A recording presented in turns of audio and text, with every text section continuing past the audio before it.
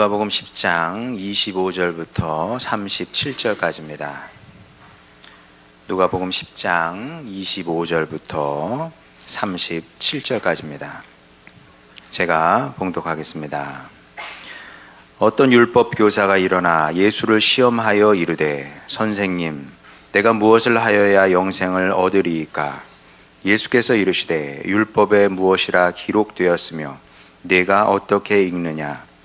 대답하여 이르되 내 마음을 다하며 목숨을 다하며 힘을 다하며 뜻을 다하여 주 너의 하나님을 사랑하고 또한 내 이웃을 내 자신과 같이 사랑하라 하였나이다. 예수께서 이르시되 내 대답이 옳도다. 이를 행하라. 그러면 살리라 하시니 그 사람이 자기를 옳게 보이려고 예수께 여짜오되 그러면 내 이웃이 누구이니까? 예수께서 대답하여 이르시되 어떤 사람이 예루살렘에서 여리고로 내려가다가 강도를 만나매 강도들이 그 옷을 벗기고 때려 거의 죽은 것을 버리고 갔더라. 마침 한 제사장이 그 길로 내려가다가 그를 보고 피하여 지나가고 또 이와 같이 한 레위인도 그곳에 이르러 그를 보고 피하여 지나가되 어떤 사마리아 사람은 여행하는 중 거기 이르러 그를 보고 불쌍히 여겨 가까이 가서 기름과 포도주를 그 상처에 붓고 싸매고 자기 짐승에 태워 주막으로 데리고 가서 돌보아 주니라.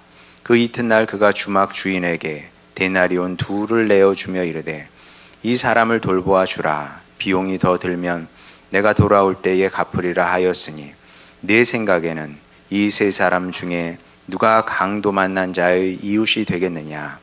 이르되 자비를 베푼 자니이다. 예수께서 이르시되 가서 너도 이와 같이 하라 하시니라. 아멘. 본문 말씀은 널리 알려진 성경 말씀 중 하나죠. 불신자라도 선한 사마리아 사람 혹은 선한 사마리아인 이런 얘기는 다 들어서 압니다. 성경의 사회적, 문화적 영향력 이렇게 얘기해도 틀리지 않을 것 같습니다. 자, 그렇긴 한데 이 비유를 꼼꼼하게 읽어보면 실은 그렇게 우리가 듣고 싶은 말씀은 아닙니다. 묘하게 거슬리고 불쾌감마저 주죠. 성경에 이런 말씀들이 꽤 있습니다. 잘 읽어볼수록 뭔가 기분이 좋지 않아. 불쾌해. 이런 말씀들이 꽤 나오는 것을 보게 됩니다. 자, 왜 그런지 먼저 25절 보도록 하겠습니다. 어떤 율법 교사가 일어나 예수를 시험하여 이르되 선생님, 내가 무엇을 하여야 영생을 얻으리까? 구원의 문제 이거 우리가 답 아는 거잖아요. 자, 누가 여러분에게 이런 질문을 하면 뭐라고 대답을 하겠습니까? 답이 나와요. 사도행전 보겠습니다. 사도행전 16장 31절 사도 바울이 이르되 주 예수를 믿으라. 그리하면 너와 내 집이 구원을 받으리라 하고 예수님을 믿음으로 구원을 받는 겁니다. 이 사실을 부인해? 그걸 우리는 이단이라고 얘기를 합니다. 자, 그러니까 예수님도 구원에 대한 질문에 우리가 기대하는 그 대답을 주셔야 될 거 아니겠습니까? 자, 그런데 오늘 본문 말씀을 보면 예수님은 믿으라고 하지 않으셨어요. 그럼 뭐라고 말씀을 하셨는지 26절부터 28절까지 보겠습니다. 예수께서 이르시되 율법에 무엇이라 기록되었으며 내가 어떻게 읽느냐? 대답하여 이르되 내 마음을 다하며 목숨을 다하며 힘을 다하며 뜻을 다하여 주 너의 하나님을 사랑하고 또한 내 이웃을 내 자신과 같이 사랑하라 하였나이다. 예수께서 이르시되 내 대답이 옳도다. 이를 행하라. 그러면 영원히 살리라. 그런 말씀이겠죠. 이상해요. 우리가 기대하는, 예상하는 그 대답이 아닙니다. 보시다시피 이러면 행위로 구원을 받는다는 얘기 아니야 이거? 이런 식으로 질문하게 돼 있습니다. 믿음으로 구원받는다는 얘기는 아니잖아요. 행위로 구원받는다는 그런 말씀을 지금 예수님께서 하고 계신 거거든요. 자, 그러면 이제 헷갈립니다. 혼란스러워지죠. 자, 그러면은 이게 어떻게 우리가 이걸 이해하고 받아들여야 됩니까? 우리가 사실 믿음으로 구원받는다는 말씀은 굉장히 좋아하는 말씀이거든요. 안심이 되고. 왜냐하면 우리 다 부족하잖아요, 솔직히. 행위로 구원받는다 그러면 누가 하나님께 가서 제가 이 일을 했습니다, 그러니까 제가 마땅히 구원받아야 됩니다, 이렇게 주장할 수 있는 사람은 세상에 없어요. 그러니까 믿음으로 구원을 받는다 그러니까 참 마음이 안심도 되고, 마음의 기쁨도 찾아오고 그랬다는 겁니다. 그런데 정작 예수님은 이제 다른 식으로 말씀을 하시는 거죠. 이해하기도 어렵고 받아들이기도 어려운 그런 말씀을 하시는 겁니다. 자, 그러면 이런 말씀 앞에서 우리가 어떻게 반응해야 되느냐? 모른 척, 그럴 리가 없어, 그럴 리가 없지, 그러니까 이제 모른 척하고 안 읽은 것처럼 무시하고 이게 지나가는 것이 한 가지 방법이고, 아마 이런 경우 대부분 이제 이런 식으로 반응하지 않을까 싶습니다. 자, 그런데 우리가 지난주에 말씀을 나누지 않았습니까? 우리 주님의 말씀 앞에서 우리가 어떻게 반응해야 되느냐? 어린아이처럼 반응해야 된다 그랬습니다. 어린아이처럼 주님 말씀하시면 네, 알겠습니다, 아멘 하고 받아들여야 된다 그랬어요. 자, 그러니까 이 말씀도 모른 척하고 그냥 넘어가면 안 되는 겁니다. 자, 그러면 이제 어떻게 받아들여야 되느냐? 믿음과 사랑의 관계를, 믿음과 행위의 관계를 어떻게든 이해를 해야 될 거 아니에요. 이 문제를 해결을 해야 됩니다. 그리고 넘어가야 돼요. 자, 그러면 어떻게 이 문제를 해결할 수 있느냐 라고 누가 저에게 질문을 하면 사실 이건 질문거리도 안 된다, 저는 그렇게 기본적으로 생각을 합니다. 이건 뭐 너무나 쉬운 문제인 거죠. 뭐 긴 설명도 필요 없습니다. 자, 여러분 한번 생각해 보세요. 우리는 하나님을 사랑이라고 부르잖아요. 예수님을 사랑의 주님이라고 부릅니다. 그 주님을 우리가 믿는 겁니다. 근데 그 주님을 믿으면서 사랑 없이 산다는 게 그게 말이 되느냐? 말이 안 되죠. 반대로 얘기를 하면 사랑을 실천하면서 사는 것을 보면서 그 사람 믿음의 진정성을 확인하는 겁니다. 말로만 믿는다고 그래요. 근데 그 진정성을 확인하는 길은 없어요. 뭘로 확인합니까? 방법은 하나밖에 없어요. 그 사람이 사랑을 실천하며 사는 것을 보면 저 사람이 가진 믿음이 진짜구나, 이렇게 인정하게 되는 거죠. 그래서 저는 그렇게 생각을 합니다. 하나님께서 성부, 성자, 성령 하나님으로 삼위일체라고 얘기를 하잖아요. 믿음, 소망, 사랑도 우리가 자꾸 이게 나눠서 생각을 하려고 그래요. 이 그리스 방식이죠. 사랑은 이거고, 믿음은 이거고, 소망은 이거고. 히브리 방식은 그런 게 아닙니다. 믿으면 사랑하게 되는 거고요, 사랑하면 소망하게 되는 거죠. 이것도 삼위일체입니다. 믿음, 소망, 사랑이 서로 다르지만 그러나 결국은 하나다. 믿음과 행위도 자꾸 나눠서 싸움을 붙일 것이 아니라 믿으니까 행동하는 거고, 행동하는 것을 보니까 이 사람의 믿음의 진정성이 드러나게 되는 겁니다. 이렇게 받아들이고 사시면 되겠습니다. 자, 그런데 본문 말씀이 거슬리는 또 다른 이유가 있어요. 진짜 제가 이 본문 말씀을 생각하면서 저도 힘들고요. 저도 솔직히 힘들었어요. 저도 힘들고, 이걸 어떻게 여러분에게 전할까, 그런 생각도 많이 했거든요. 건너뛰어? 이런 생각도 했는데 그러면 안 되잖아요. 거슬리는 말씀이에요, 이게 진짜로. 왜냐하면 예수님의 말씀이, 이 비유의 말씀이 굉장히 사실은 도발적이거든요. 도발적인 말씀입니다. 그렇게 들릴 수밖에 없어요. 누구에게나 도발적으로 들린다는 거죠. 왜냐하면 우리가 이제 잘 아는 이야기들을 한번 떠올려 보세요. 뭐라도 좋습니다. 그 심청전도 좋고, 무슨 춘향전도 좋고, 홍길동전도 좋고, 이야기를 떠올려 보게 되면 주로 선과 악의 대결을 다루는 것을 보게 됩니다. 우리 인간은 그걸 좋아해요. 선이 이기기를 원하는 거죠. 악이 패하고 선이 이기기를 바라는 건데, 그래서 이제 이게 자연스러운 우리 인간의 또 본성 비슷한 것 같습니다. 그러니까 모든 이야기의 패턴이 그렇겠죠. 그래서 저도 어렸을 때 만화 영화라든지 TV 드라마를 볼 때 제일 먼저 했던 작업이 있어요. 여러분도 다 마찬가지일 겁니다. 누가 좋은 사람이고 누가 나쁜 사람인지 분별을 하는 거죠. 예. 저희 할머니도 그랬습니다. 저희 할머니하고 이렇게 같이 TV를 보면 저희 할머니는 입이 좀 거르신 이렇게 좀 이렇게 깨끗하신 분은 아니셨어요. 예, 제가 종종 얘기하는 것처럼 우리 집안은 사실 예수님 믿어서, 그래도 제가 지금은 그냥 목사님이니까 그럴듯해 보이잖아요. 저희 집안은 아주 좋지 않은 집안이에요. 우리 할머니 입도 거르시고, 뭐 제가 저희 할머니 하셨던 욕을 이 시간에 얘기하면 여러분 깜짝 놀라실 겁니다. 어느 정도 TV를 보시다가 이제 감이 딱 오시면 그때부터 이제 욕을 하시기 시작을 하시는 겁니다. 악한 사람이 딱 나오면 저 빌어먹을 놈부터 시작해서, 그건 굉장히 순한 표현이에요. 처음엔 빌어먹을 놈부터 시작합니다. 점점 높아져서 그것까지는 제가 얘기하지 않겠습니다. 하여간 뭔가 욕을 그냥 쏟아 부으시는 거죠. 자, 이게 이제 모든 사람의 심리인데, 자, 그래서 예수님의 비유의 말씀이, 오늘 본문 말씀이 거슬리고 또 불쾌하고 또 도발적이고 그런 거죠. 그럴 수밖에 없는 것이, 이 예수님의 비유의 말씀을 들었던 사람들은 유대인이었습니다. 자, 유대인이었기 때문에 상식적으로 주인공은 유대인이 돼야 돼요. 듣는 사람들이 유대인이니까 그 사람들을 기쁘게 해야 될 거 아니에요.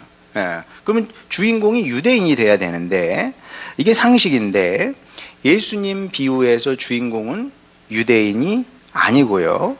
그 심지어 착하지도 않아요. 한번 보겠습니다. 30절, 32절까지. 예수께서 대답하여 이르시되 어떤 사람이 예루살렘에서 여리고로 내려가다가 강도를 만나매 강도들이 그 옷을 벗기고 때려 거의 죽은 것을 버리고 갔더라. 마침 한 제사장이 그 길로 내려가다가 그를 보고 피하여 지나가고, 또 이와 같이 한 레위인도 그곳에 이르러 그를 보고 피하여 지나가되. 보다시피 유대인이 악합니다. 이러면 안 되잖아요. 못된 사람들입니다. 근데 문제는 뭐냐면 그냥 유대인도 아니고요, 제사장과 레위인이라고 그럽니다. 우리식으로 말하면 목사, 장로가 이렇게 행동을 한 겁니다. 여러분 생각해 보세요. 예수님께서 오셔서 목회자들 딱 앉아 있고 평신도들 앉아 있는데 이런 식의 비유의 말씀을 하셨다고 생각을 해 보세요. 물론 그래 뭐 사람이 그럴 수 있지 뭐. 목회자도 사람이니까, 장로도 사람이니까 넘어갈 수 있어요. 여러분 구약에도 보면 엘리 제사장 형편없잖아요. 사람이 뭐 그럴 수 있는 거지. 그래 뭐 그렇게 넘길 수 있어. 자, 근데 문제는 33절 34절입니다. 어떤 사마리아 사람은 여행하는 중 거기 이르러 그를 보고 불쌍히 여겨 가까이 가서 기름과 포도주를 그 상처에 붓고 싸매고 자기 짐승에 태워 주막으로 데리고 가서 돌보아 주니라. 여러분 아시는 것처럼 유대인들은 사마리아 사람들을 개처럼 생각을 했습니다. 개라고 불렀어요. 사람이라고 부른 것이 아니라 개라고 부르고요. 그리고 실제로는 개 취급도 하지 않았습니다. 그래도 개는 뭐 좀 이쁘다고 하기도 하잖아요. 사마리아 사람은 개보다 못한 사람 취급을 했다는 겁니다. 그런데 예수님의 비유에서 주인공은 사마리아 사람이에요. 게다가 선하고 착하기까지 합니다. 이 비유를 유대인들이 들었어요. 이건 뭐 받아들일 수 있습니까? 없습니까? 이 성미 급한 사람은 돌이라도 들고 싶었을 거예요. 뭐 이 자식이 이런 게 다 있어? 이렇게 반응하고 아마 여기 있는 사람들이 꽤 착했던 것 같아요. 그러니까 예수님께서 원래는 몽둥이 찜질을 당하셨어야 이게 정상인데 다행히 이제 그런 일까지는 일어나지 않았던 거죠. 자, 그럼 이제 우리 궁금해. 예수님께서 왜 이렇게 도발적인 말씀을 하셨을까? 왜? 동포들 아닙니까? 동포들인데 왜 이렇게 도발적인 말씀을 하셨을까? 왜 동포의 성질을 이렇게 돋우셨을까? 염장을 지르신 거거든요.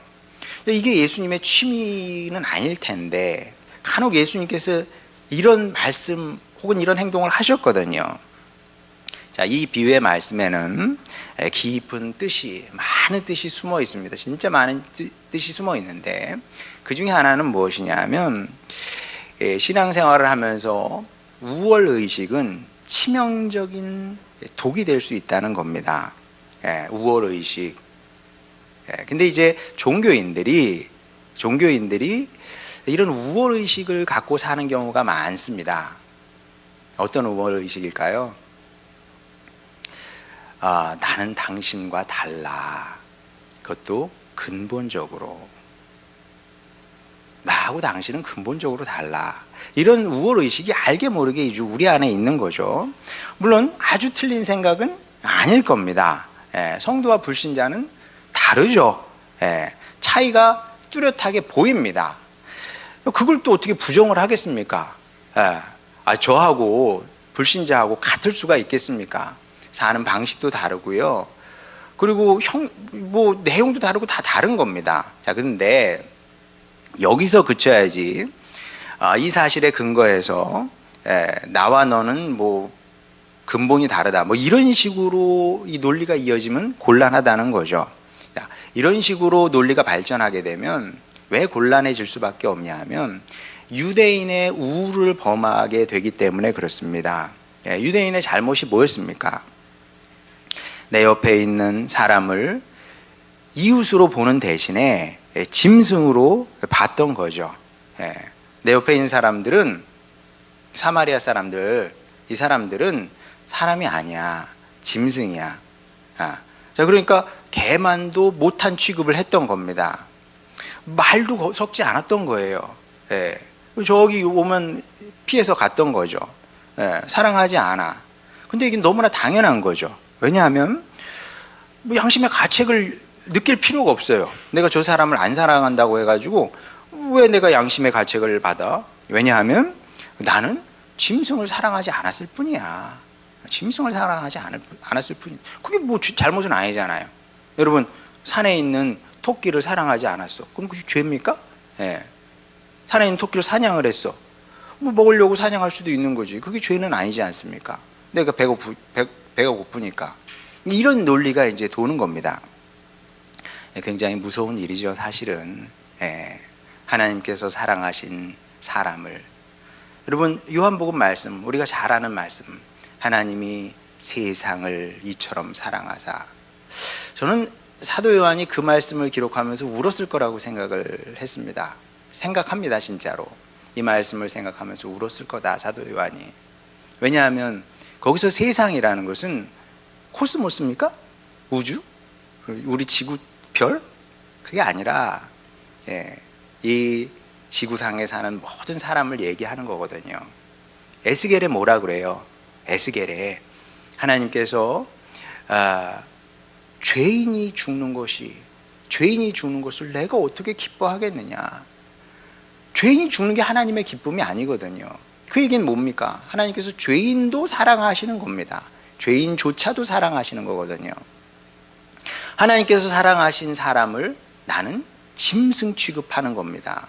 자, 이거는 인격적인 폭력이 일단은 물론 아무도 모르죠. 내 마음속에서 이루어지는 거니까. 근데 어쨌든 하나님은 보셔. 인격적인 폭력이 지금 이루어지고 있는 겁니다. 첫째는. 그리고 두 번째는 이거 심각한 건데 우리 자신에게도 이것은 치명적으로 작용할 사안이라는 겁니다. 치명적이에요. 우리에게. 내 옆에 있는 사람을 짐승으로 보는 것은 우리에게 치명적으로 작용하게 된다니까요. 그럴 수밖에 없습니다. 왜냐하면 영생을 얻으려면 이웃을 내 몸처럼 사랑해야 하기 때문에 그렇습니다.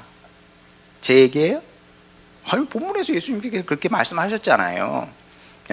예수님께서 그렇게 가르치신 겁니다. 자, 그런데 우리가 이웃을 짐승으로 대한다면, 짐승처럼 대한다면 우리가 천국에 갈 수 있을까? 영생을 받을 수 있을까? 여러분 어떻게 생각하십니까? 여러분 어떻게 생각하십니까? 답은 여러분 몫이긴 한데, 근데 여전히 잘 모르고 헷갈려. 자, 그러면 우리가 주님 앞에 절실하게 물어봐야 됩니다. 예, 물어야 돼요. 어떻게 물어야 됩니까? 주님, 제가 잘 모르겠습니다. 그러면 이제 뭘 어떻게 해야 됩니까? 이렇게 물어야 된다는 거죠. 그러니까 잘 모르겠으면 자꾸 물어봐야 돼. 뭐 어떻게 합니까? 목회자한테 물어보든 하나님께 물어보든, 그럼 제가 이제 무엇을 어떻게 해야 됩니까? 절실하게 물어봐야죠. 그리고 이 질문에 대한 답이 본문에 기록되어 있습니다. 33절, 34절 보겠습니다. 어떤 사마리아 사람은 여행하는 중 거기 이르러 그를 보고 불쌍히 여겨 가까이 가서 기름과 포도주를 그 상처에 붓고 싸매고 자기 짐승에 태워 주막으로 데리고 가서 돌보아 주니라. 그러면서 주막 주인에게 뭐라 그래요? 돌보아 주세요. 근데 혹시 비용이 더 들게 되면 내가 다시 지나가는 길에 그것도 당신에게 지불하겠습니다. 이렇게 얘기를 하거든요. 자, 여기서 예수님께서 핵심적인 가장 중요한 말씀을 하십니다. 사마리아 사람은 그를 보고 불쌍히 여겼다. 상처 입어 피 흘리는 유대인을 보고 불쌍히 여겼다는 거죠. 이제 우리가 이 마음을 사실은 배워야 되는 겁니다. 왜냐하면 이 불쌍히 여기는 마음이 없잖아요. 자비의 마음이죠. 자비의 마음, 불쌍히 여기는 마음, 긍휼한 마음, 이 마음이 없으면 내 주변에 있는 사람들은 대부분 짐승일 수밖에 없습니다. 진짜 그렇습니다, 여러분. 진짜 그래요. 왜 그럴까요? 왜냐하면 우리가 만나는 대부분의 사람은 내 상식과 기준에 맞지 않습니다. 수준 이하예요. 그래요, 안 그래요? 내 마음에 드는 사람이 누가 있어요? 내 마음에 드는 사람 거의 없거든, 솔직히. 상식에 맞지 않고요, 기준에 맞지 않아. 그 사람은 어떻게 사랑을 합니까? 어디 그뿐이겠습니까? 누구에게나 인종차별의식 그런 거 있거든요. 나 없습니다. 거짓말 하지 마세요. 백인 보면은 별 생각 없어. 근데 흑인 보면 얘기가 좀 달라지잖아요. 그렇죠? 난 똑같습니다. 그렇지 않을걸. 동남아시아 사람들 보면 조금 우습게 보이잖아요. 뿐입니까? 일본 사람은 일본 사람이 싫어요. 쪽발이잖아요. 중국 사람은 또 중국 사람이어서 싫습니다. 이런 종교차별 의식, 정신 이런 것들이 누구에게나 다 있게 마련입니다. 없는 사람 없어요. 또 지역주의도 있어요. 경상도 사람들은 전라도 사람을 싫어하고요. 전라도 사람들은 경상도 사람들을 싫어합니다. 이 좁은 나라에서 그게 뭐 하는 짓입니까? 근데 지역주의가 있어요. 근데 이제 하다 이 성 사이에 이렇게 갈등이 점점 심해지고 있다 그래요. 이거 심각한 문제라 그럽니다. 남성은 여성을 향해서 페임이라고 손가락질하고요. 그리고 여성은 남성을 향해서 일배라고 저주하고 비난하고 뭐 이렇게 되는 거죠. 그러니까 한마디로 밥맛이야. 한마디로 밥맛이야. 밥 마신 사람을 그거 어떻게 사람 대접을 해줄 수 있겠습니까? 이런 거예요. 이유는 다 있어. 그리고 들어보면 또 이유는 이해가 돼요. 그럴 수 있지 뭐 사람이. 자, 그런데 그래서 결과는 뭡니까? 그래서 결과는 뭐냐 하면 내가 사랑할 만한 사람은 극소수로 쪼그라들게 됩니다. 거의 없다시피 해. 내가 사랑할 만한 사람은 정말 극소수로 쪼그라들게 되는 거죠. 네, 여러분 여기서 굉장히 중요한 사실이 있습니다. 여러분 꼭 기억하시기 바랍니다. 내 옆에 있다고 해서 그 사람이 내 이웃이 되는 것은 절대로 아닙니다. 내 옆에 있는 사람을 우리는 이웃이라고 배웠어요. 우리 초등학교에서 그렇게 배웠잖아요. 옆에 있으면 내 이웃이라고. 그런데 성경적으로 보면 절대 그렇지 않아요. 내 옆에 있다고 해서 자동적으로 그가 내 이웃이 되지는 않는다. 그 사람을 짐승으로 생각하면 짐승이 돼버리는 거예요. 사람인데 내 눈에는 짐승으로 보이게 되는 거죠. 자, 그러면 이게 끔찍한 일이잖아요. 끔찍한 일일 뿐만 아니라 하나님께서 기뻐하시는 일도 아니고 이게 내 구원과 관련된 문제라고 오늘 예수님께서 말씀하시지 않습니까? 자, 그러면 이 문제를 어떻게 해결을 해야 되느냐? 뭐 모든 사람이 다 그런 건 아니에요. 그 주변 사람을 내 이웃으로 받아들여서 사는 사람도 있습니다. 자, 그런데 그런 사람들의 특징은 무엇이냐 하면, 그 사람들의 특징은 긍휼의 마음을 갖고 산다는 거죠. 그리고 이 마음을 우리가 배워야 되는 겁니다. 사람을 볼 때 긍휼의 마음을 갖고 봐야 되는 겁니다. 그리고 제가 이제 언젠가 여러분에게 드렸던 말씀이 있습니다. 세상에 불쌍하지 않은 사람은 없다. 여러분 이것도 꼭 기억하시기 바랍니다. 세상에 불쌍하지 않은 사람은 없어요. 목사님, 대통령님, 대기업 회장님 안 불쌍하잖아요. 여러분 안 불쌍해요? 전 되게 불쌍한데? 되게 불쌍해. 그들의 영적인 비참함을 보시기 바랍니다. 계시록에 나오잖아요. 좋은 옷을 입었습니다. 말끔하게 하고 다닙니다. 뭐 사람들이 따라 붙어요. 그게 꽤 그가 누리는 영광이 대단한 것처럼 보입니다. 그러나 영적으로 보면 헐벗은 사람들이거든요. TV 틀면 대통령님 나오잖아요. 정치인들 나옵니다. 대기업 회장님도 나옵니다. 저는 불쌍하다는 생각이 먼저 드는데 여러분은 어떠십니까? 어떻게 안 불쌍할 수가 있어요, 그들이? 자, 그러면 대통령, 대기업 회장님들도 불쌍한데 일반 서민은 얼마나 더 불쌍하겠습니까? 맞아요. 정말 불쌍합니다. 그러니까 여러분이 사람을 볼 때 그 사람의 뭐 지위, 고하 이런 걸 보는 게 아니에요. 어떤 출신, 어떤 집안 출신 그런 걸 보면 안 돼. 그 사람이 돈이 얼마나 있고 무슨 옷을 입었는지 어느 집에 사는지 그게 뭐 그렇게 중요한 겁니까? 그렇게 보는 게 아니고요. 그 사람 그냥 있는 그대로의 그 사람의 눈을 보시라. 눈을 한번 보세요. 그 사람의 얼굴을 한번 보세요. 물론 뭐 그렇다고 해서 이따 밥 먹으면서 뚜렷이 보고 이러지 마시고 그냥 눈을 감고 그 사람을 떠올리고 그 사람의 눈을 한번 깊이 보시고 그 사람의 얼굴을 보시고 그러면 어떻게 되냐 하면 그 사람의 피곤함이, 인생의 피곤함이 느껴지는 겁니다.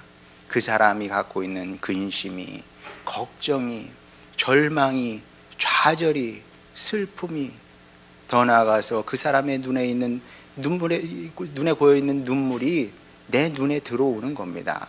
이게 정말 중요해요. 이런 불쌍한 마음이 들어와야 내 옆에 있는 사람을 내 이웃으로 영접하게 되는 겁니다. 오늘 설교의 핵심은 사실은 이거예요. 제가 이 얘기를 하고 싶었습니다. 여러분, 우리가 예수님을 구주로 영접하잖아요. 어느 순간 예수님이 내 인생의 구주입니다. 예수님 없으면 못 삽니다. 우리 딸들, 아들 밥 먹으면서 그런 얘기 하거든요. 어저께도 그 얘기 했네요.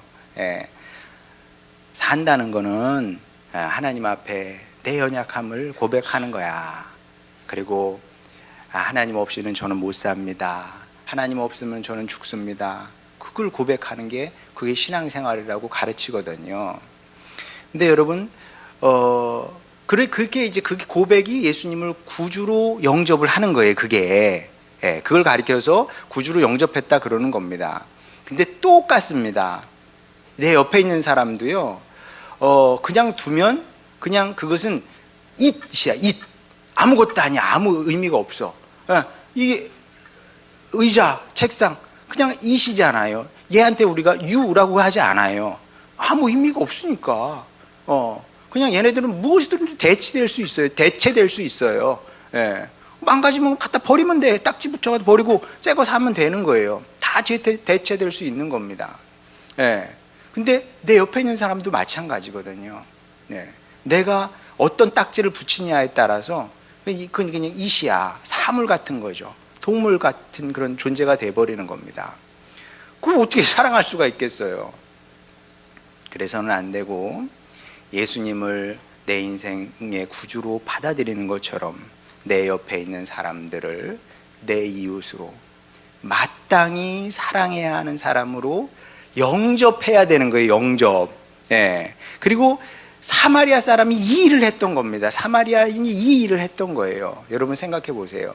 사마리아인에게 유대인은 누굽니까? 철천지 원수예요. 옛날 우리나라 그 일제 시대 때 일본 사람들과 우리나라 사람 그 관계를 뛰어넘는 그보다 더한 원수였거든요. 진짜 유대인들이 사마리아 사람 보면 개만도 못하게 여겼는데, 여러분 생각해 보세요. 지나가다 보니까 유대인이 피를 흘리면서 쓰러져 있는 겁니다. 딱 보니 유대인이야. 옷 입은 거 보면 대충 눈치채잖아요. 사마리아인이 이 사람을 유대인으로 봤으면 도와줄 수 있겠습니까? 사랑할 수 있었겠습니까? 마찬가지입니다. 우리가 이 세상을 살면서 많은 사람을 만나죠. 많은 사람을 만나게 되는데, 대부분은 여러분과의 관계에서 여러분이 사마리아인이라면 유대인 같은 사람을 만나는 거예요. 예. 좋은 사람이 세상에 얼마나 있나.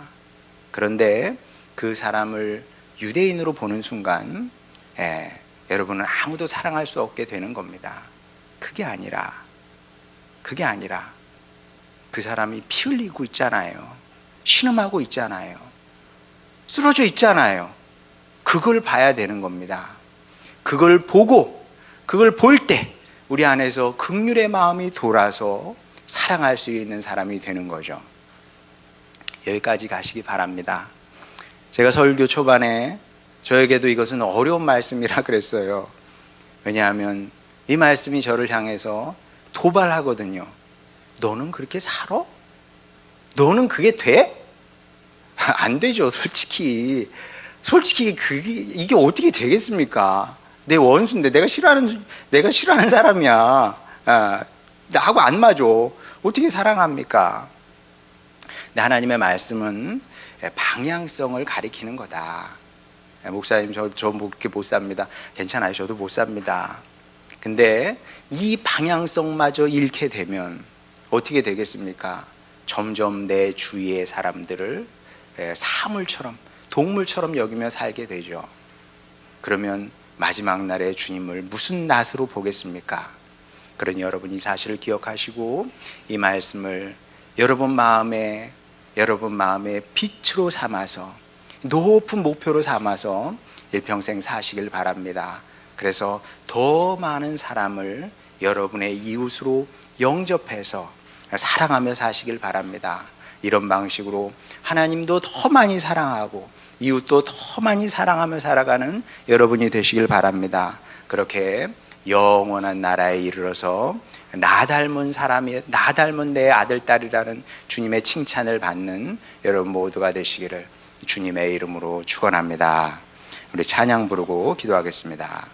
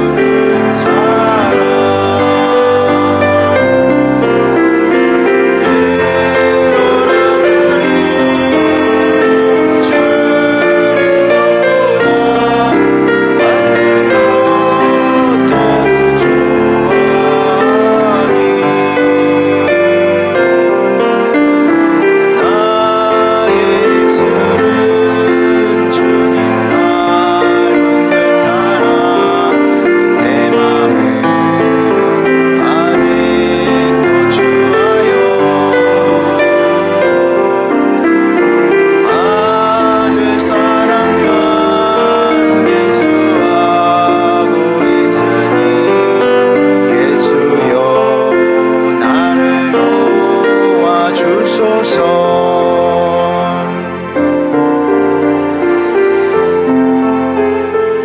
사실 사랑하라는 계명은, 말씀은 너무나 당연한 일이기도 합니다. 왜냐하면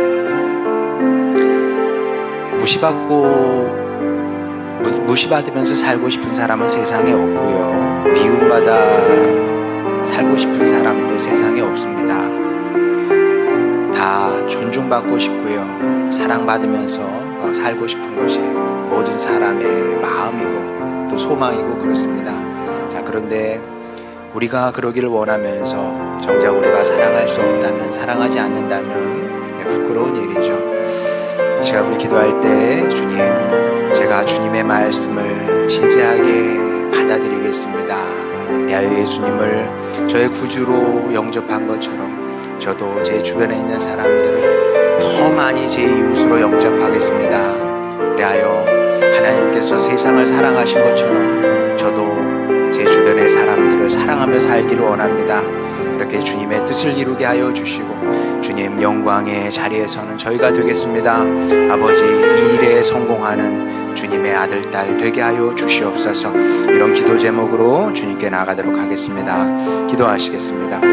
우리를 사랑하신 아버지 하나님, 주여, 우리가 주님의 사랑을 더 깊이 깨닫기를 원합니다. 주님의 사랑을 알기를 원합니다. 주님의 사랑을 알기를 원합니다. 그리하여 주여, 우리도 사랑하며 살게 하여 주시옵소서. 많이 사랑하며 살기를 원합니다. 주님 말씀에 분명히 말씀해 주셨습니다. 영원히 남는 것은 몇 가지 되지 않는데 그 중에 제일은 사랑이라고 그랬습니다. 아버지 하나님, 우리 일평생 사랑하는 사람으로 살게 하여 주시옵소서. 아버지, 긍휼의 마음을 키워가기를 원합니다. 옳고 그른 것을 맨날 따져봐야 주님 사랑할 수 없습니다. 옳고 그름을 따지기보다는 긍휼의 마음을 가지고 살게 하여 주시옵소서. 아버지, 그리하여 예수님 말씀하신 것처럼, 오늘 사마리아인의 비유가 말씀하신 것처럼 우리가 심지어 원수까지도 사랑하며 살게 되기를 원합니다. 아버지 하나님, 그것이 아버지 하나님의 크신 사랑일진데 우리도 하나님을 아버지로 고백하며 살아가는 자녀들이오니 우리 아버지 하나님을 닮은 천국의 자녀로 성장 발전케 하여 주시옵소서. 다른 일에 발전하는 것이 아니라 일에 발전하기를 원합니다. 축복하셔서 아버지 하나님, 주님께서 기뻐하시는 성도로 또 사역자로 세움을 입는 우리 모두가 되게 하여 주시옵소서. 감사드립니다. 주님, 우리 모두 주님 닮은 천국의 아들, 딸 되게 하여 주시옵소서. 예수님의 이름으로 기도드렸습니다. 아멘.